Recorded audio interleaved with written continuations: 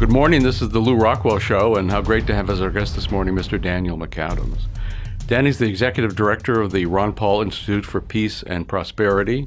For 11 years before assuming that position, he was Ron's foreign policy and defense and civil liberties advisor in the congressional office.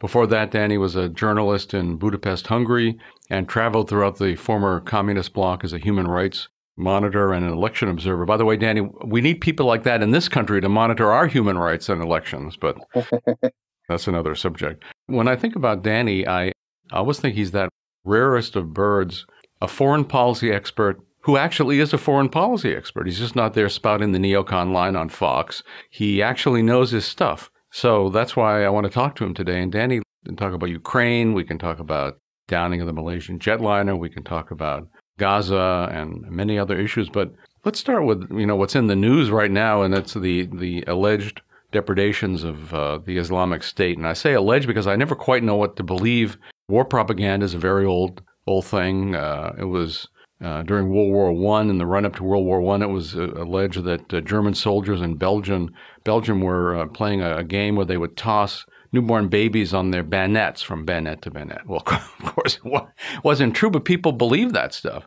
So it may be that the Islamic State is doing everything it's claimed. But isn't the more interesting point, who's behind the Islamic State? I mean, isn't this operation in some sense a creation of the U.S. and Israel and Turkey and Saudi Arabia and the Gulf Emirates and all the usual suspects? Well, sure. The ISIS, as they were called, now they're just IS. They've shortened it.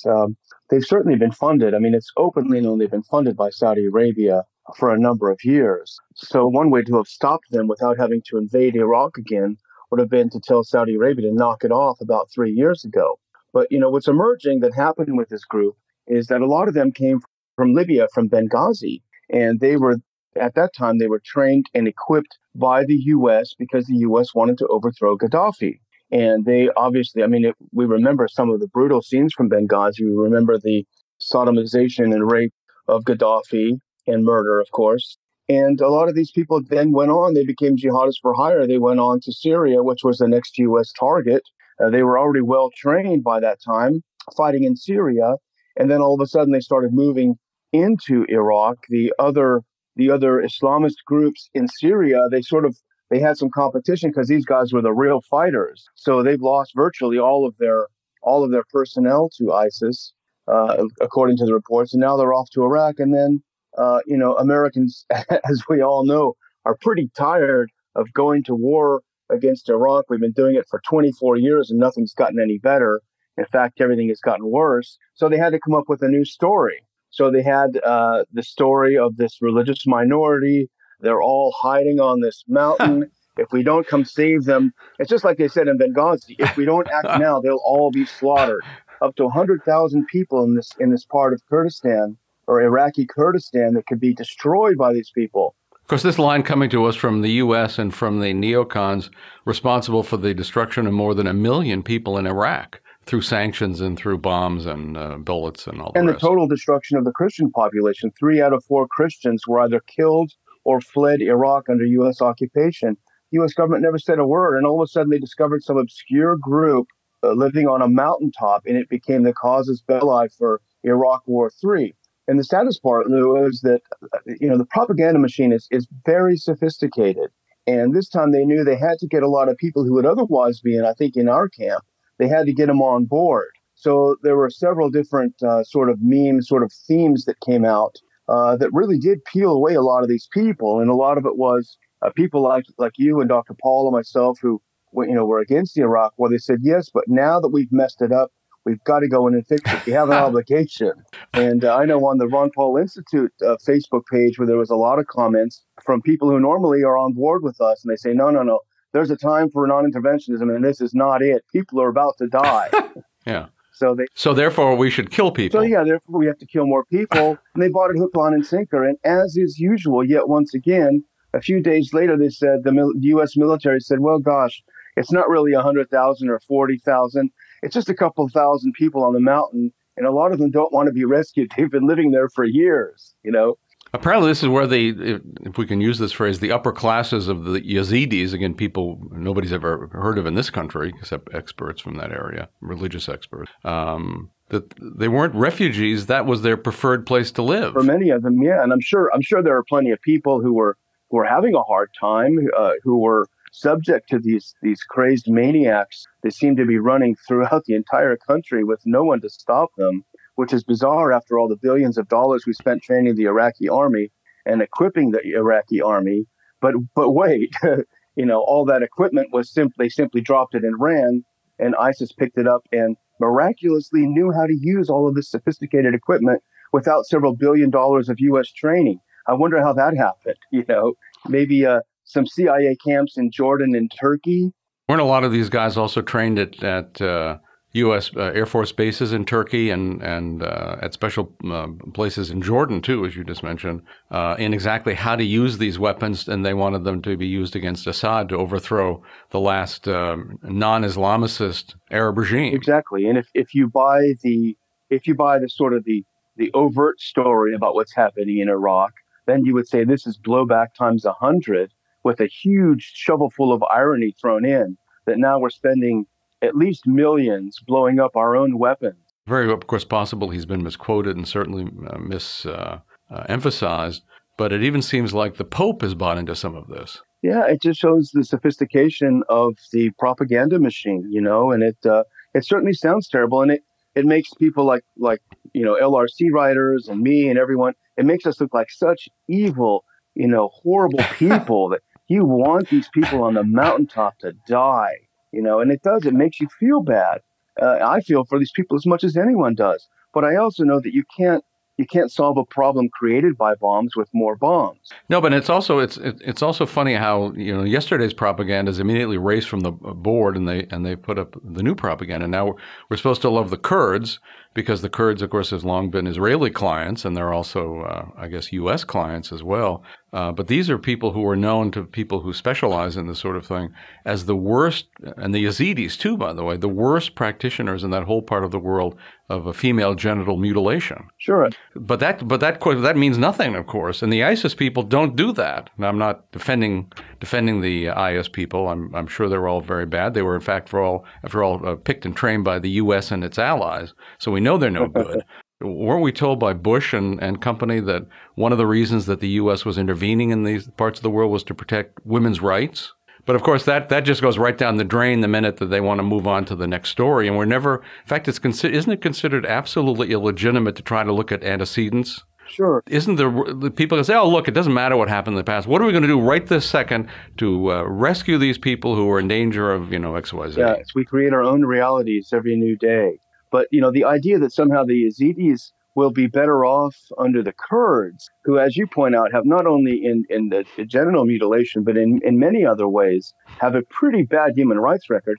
In fact, some of the people that the U.S. is arming right now in Iraqi Kurdistan are fighters from the PKK, which is on the U.S. terrorist list. So the U.S. is knowingly arming people that are on its own terrorist list to fight other people who are on its terrorist list that it armed earlier.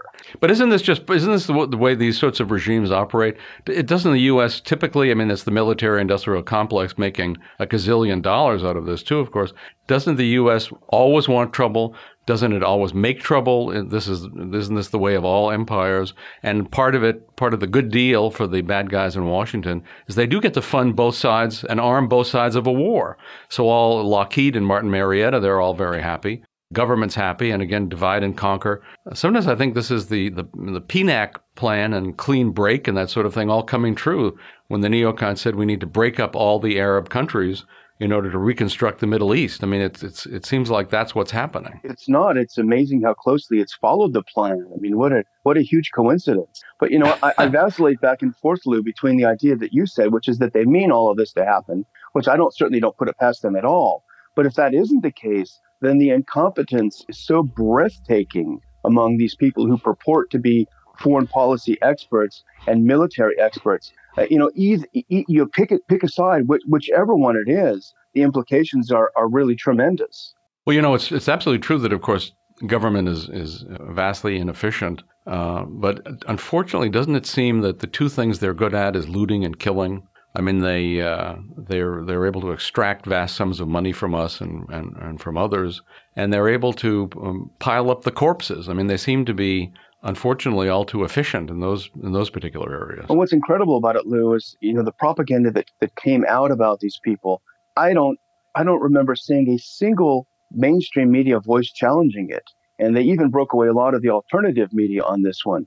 But there simply is no independent press in the United States. There's no skeptical people. There are a couple of people who are asking good questions, like Matt Lee from AP, who you'll always see down there questioning the State Department spokesdrone about the various lies they told that day. But aside from Matt and a very few others, there's just there's no New York Times saying, well, here's what Obama said today, and here are the facts. A couple of stories get through, but on the whole, there simply is no independent media, independent of government, I should say, in the U.S., despite the fact that the U.S. government has somehow found it upon itself to judge the media in the rest of the world, whether it's free or not.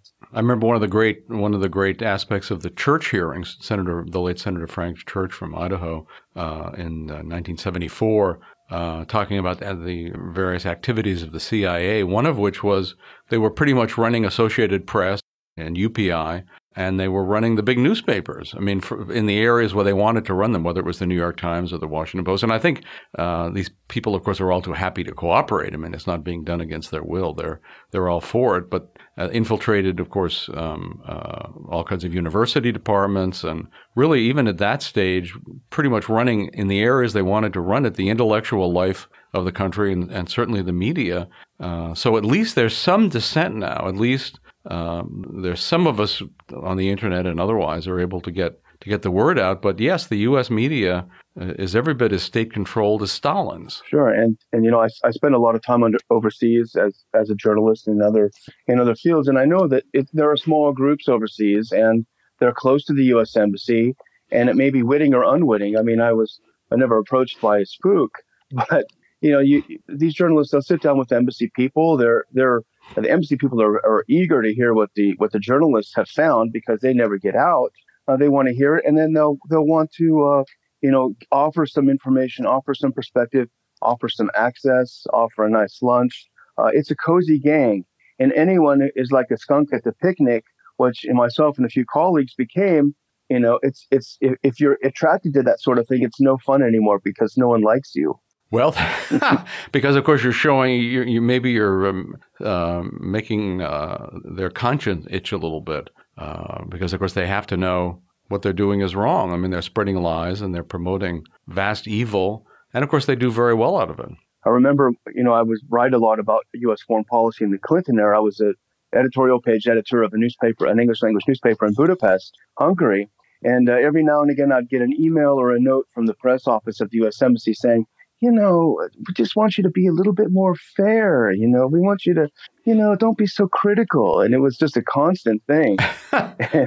and we ran an article on the RPI website a few days ago by an investment consultant in Moscow. He's a French citizen, but he was writing about the same experiences he had with former U.S. ambassador to Russia, Michael McFaul, who first came to Russia in the early 90s with the National Endowment for Democracy, setting up the stage for regime change activities and democracy promotion and all of these NGO things, came back as the ambassador. And as the ambassador, the first thing he did was meet with the opposition before he even met with the government. But the article we ran, Eric Krauss is the gentleman's name who wrote it. He was recounting some of the notes that he would get from Michael McFaul at the time. So this is sort of how they operate. They gently remind people who are writing things that, you need to toe the line a little more, And of course, they'll also reward you if you do. Sure. I mean, an embassy party is fun. I'll be the first to admit it, but, you have an obligation, I guess, to challenge. And I became more and more disillusioned with U.S. foreign policy as I was over there covering the wars in the Balkans. And I became such a strong opponent that my invitations dried up. So, Daniel, what's happening in Ukraine? First, we had the U.S. stage coup to overthrow the elected government and instead put in a U.S. puppet. What followed has just been a horrendous number of deaths and just terrible things, including the downing of the jetliner. Give us a little background and also tell us what the heck is happening right now, since it's been off the front pages I always assume there's even more terrible stuff going on when it's off the front pages. Well, they tell us that you can never compare different issues in the world, different situations in the world. But I always find it fascinating to contrast the way the U.S. media covers the Yazidis in Iraqi Kurdistan with how they cover East Ukrainians who are also civilians and also under the gun. According to the UN, at least 2,000 civilians have been killed in eastern Ukraine. Well over 100,000 have become refugees and had to pour into Russia. This is UN numbers, not Russian numbers. But there's been virtually no coverage. And, if we just go back a second, if you don't mind, to Iraq, if you look at what happened in Iraq with the propaganda, as soon as Mission Creek, came in, which is that the U.S. stopped doing its stated mission of saving these poor people and protecting U.S. personnel, then they started defending the Mosul Dam and other things. So the mission, as soon as it crept, you'll notice yesterday the big news was this ISIS beheading of an American journalist on videotape, and everyone screamed. Yeah. The Prime Minister Cameron in the UK said, we are going to have a special meeting. We've got to do something about this. So all of a sudden, this salacious video may or may not have been staged. It looks pretty gruesome, but all of a sudden this comes up to remind everyone why we're there and to keep them from wondering, why are they doing things that they didn't say they were going to do? So they want to keep us focused on Iraq. They want to keep us focused away from eastern Ukraine because they're not covering it. We have, as you point out, the Malaysian Airlines. That's over a month ago. The U.S. government has said nothing. If you remember, a few days afterward, the Russian Defense Ministry basically opened up. This is everything that we have. These are our satellite images. This is what we've seen from air traffic control. The U.S., you're saying that we were responsible for this. Show us what you have. And the U.S. has been completely silent. They've done nothing but change the subject on that. The Ukrainian government, which seized the records of the air traffic controllers in Kiev's conversations with the airline, they seized those records immediately after the shoot down. They have not released those records. I mean, a month is plenty of time to doctor those, don't you think? These guys are working slowly. In seriousness, they've not released it. They don't want to talk about it. And even more recent events. Look at this humanitarian convoy that Russia has been trying to send into Ukraine, where people have gone for weeks without food, water, electricity. And these are people who live in large cities. I think Donetsk has 800,000 residents. This is a serious town that's gone without food and water. So Russia is trying to send in 280 convoys. The first thing that the Ukrainian President Poroshenko said is, oh, this is a Trojan horse. It's full of weapons. This is the invasion. And the Western media repeated it uncritically. So then the Russians allowed journalists to look into the trucks. They allowed the Red Cross to look in. They even allowed the Ukrainians to look in to the trucks. Turns out it was a total lie. It simply was food and sleeping bags for people. Nothing was said after that. And then a couple of days later, Poroshenko said that a column of Russian military vehicles crossed into Ukraine and was annihilated by the Ukrainian army. It was repeated uncritically in the Western press. And even people like Anders Rasmussen, the NATO Secretary General, who is just foaming at the mouth for a war with Russia, he said, this is true, this happened. And the Russians said that you're crazy, show us the evidence. And there was none. It was another lie. And that's gone without being commented on. Yesterday, it was the rebels fired on a convoy of refugees. These are people from their own towns that they're fighting, to save. And somehow they turn their guns on these people. They couldn't prove that. And so that's gone. So lie after lie is being excused because the U.S. just doesn't want to deal with what's really happening in eastern Ukraine because their guys are the ones that are doing the attacking. Well, one thing we can be sure, when they talk about humanitarian concerns, it's all a lie. Because, of course, these people think nothing of bombing cities and nuking cities and starving people to death. We all remember the famous case of when Madeleine Albright was asked that according to the UN, there'd been 500,000 Iraqi children and old people who died as a result of the U.S. anti-civilian sanctions on Iraq. And she said, well, we think it's worth it. Well, they do think it's worth it. They're all killers. I happen to think this is the nature of the state. It attracts people who actually like killing. They enjoy killing. They enjoy sending other people to kill. They enjoy bombing other people, and this is it's a charge for them. That's the kind of person who rises to power in government. That's the kind of person who also benefits very handsomely from the aftermath of the war. If you remember, after Kosovo, which Albright championed as well, she went in there and she bought the telecom company. She actually bought the main one, and she bought the competing one.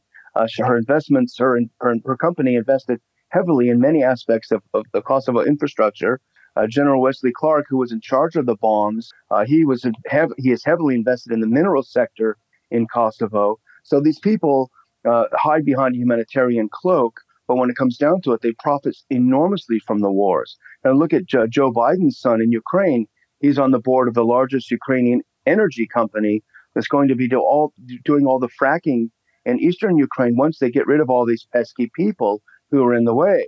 You see it over and over. Peter Galbraith, a former U.S. ambassador, is heavily invested in oil in the Kurdish region, and having a broken away Kurdistan, broken away from Iraq, is going to be enormously valuable for people like him. So they're always there to make a profit off of other people's misery. Well, that's their rule in life. That's right. Yeah. But when you're talking about Madeleine Albright's famous statement, I was thinking, taking at face value, of course, it's horrendous to you and I, but if she could point to an Iraq today that is like Sweden or Switzerland, prosperous, peaceful, and free, it would be a little harder for you and I to make an argument. But the fact is, it's enormously worse. It's much worse than it was before these 500,000 died. Libya is much worse than it was before the liberation. So they can't even their own propaganda is just complete lies. Well, and I think it's all intentional. I don't think it's a coincidence that whether it's Libya or Iraq or Afghanistan or Yemen or go down the list, all these places are far worse off after having been liberated by the U.S., bombed into dust and sent back into the Stone Age, as the president of Pakistan was once threatened by a U.S. official with that happening to Pakistan if they didn't bow down and obey the emperor. So this is the way they're operating. What's happening, and of course, there's still massive killing and property destruction going on in Gaza. But again, somehow somebody switched the channel, and the coverage has all disappeared on that too. Yeah, that's true. And there is an admittedly pretty interesting situation going on in Ferguson, Missouri, that everyone is focused on. Without getting into the trees, because it's very complicated, we can discuss in general the militarization of the police and how really the violence that the U.S. military has perpetrated overseas, the mentality that everyone is an enemy, that has come to our shores now. And the idea of, regime change and military in the streets has come back home. And so I think there is some focus on that. It's probably a lot of it is misplaced without seeing the big picture. But yeah, you're right. We don't see a lot about Gaza now. Gaza is mostly completely leveled. The U.S., when Israel ran out of missiles, the U.S. voted unanimously, the U.S. Senate, to send them more stuff, more missiles, more money, keep going. And then it pretends to be an honest broker for peace. It's I'm sure the rest of the world is not under the same illusions that the U.S. civilians and victims of U.S. propaganda are. And of course, it's interesting, the whole, I trace, not that the locally run police forces didn't have their problems, because obviously they're government and they're armed government agents, and so they've always had their problem. But starting from the establishment of the FBI and J. Edgar Hoover, one of his most important jobs, he felt, was to train and control local police. And so this has been going on for a very long time, since the 1920s. And then the Nixon administration started funding local police with its Law Enforcement Assistance Administration. And of course, the Pentagon has deliberately set out, and I'm with the cooperation and the enthusiastic cooperation of the cops, of course, or the vast majority of the cops, to turn them into soldiers, turn them into killers. Turn us into the occupied potential terrorists that they have to constantly protect themselves against. And it's why virtually every cop hired any place in the country is an Iraqi or an Afghani veteran. They're the ones they're looking for. The government gives them all kinds of special subsidies in order to hire these people. And a lot of these guys come back damaged. I mean, it's a good thing about the human race that most of us are not actually equipped to kill people. If we go into some strange country, a bunch of people have never done anything to us, and we're killing them, it doesn't have a good effect on our heart and our soul and our brain. And so these are the guys that are brought back heavily armed, and of course the Pentagon set out specifically, and the U.S. government in its entirety, to turn all the police into occupying forces. And of course they're war forces, and who are they making war against? Well, they're planning to make war against us. So they're going to be very important to the total militarization of the U.S., and I think we haven't seen anything yet unless we are able to slow down and stop some of this stuff. And there's an interesting manual that came out from a whistleblower, military manual, with a diagram of where you shoot people in order to bring about certain results, and how to treat people and why when do you call in, for example, the helicopter gunships if snipers aren't able to control an unruly crowd. So this is, and of course they're prepared for, and they've been talking for a long time. This is why they've armed themselves with so many billions of rounds of hollow point ammunition and so forth. They're very concerned about opposition. They're concerned about, especially if the economy goes further south, that Americans are going to be resisting, and they're getting ready to kill us. So, I think this is always a good time to think about what is the nature of the state. It's a killing machine. It's a murder machine. And it's something dramatically and morally and otherwise wrong with it. And we're seeing more and more. I hope Americans don't close their eyes to this. We're seeing more and more of what's ahead for us if we don't do something about it. And of course, the Ron Paul Institute is working against this kind of thing, whether it's in favor of our civil liberties and against militarization here and around the world, to try to alert people to what's going on and try to, again, slow down and stop the tank that's about to roll over us. Well, everybody take a look at, we're of course going to link to the RPI website and to his Facebook page and Twitter account and so forth, and follow what Daniel and Ron are doing, and all the people interested in the cause of peace and of justice, civil liberties, and the prosperity that comes from capitalism and from not having a government destroying our future and our current incomes and savings too. So Daniel, keep it up, and thanks so much for coming on the show today. Thanks so much, Lew. Bye-bye. Bye. Well, thanks so much for listening to the Lew Rockwell Show today. Take a look at all the podcasts. There have been hundreds of them. There's a link on the LRC front page. Thank you.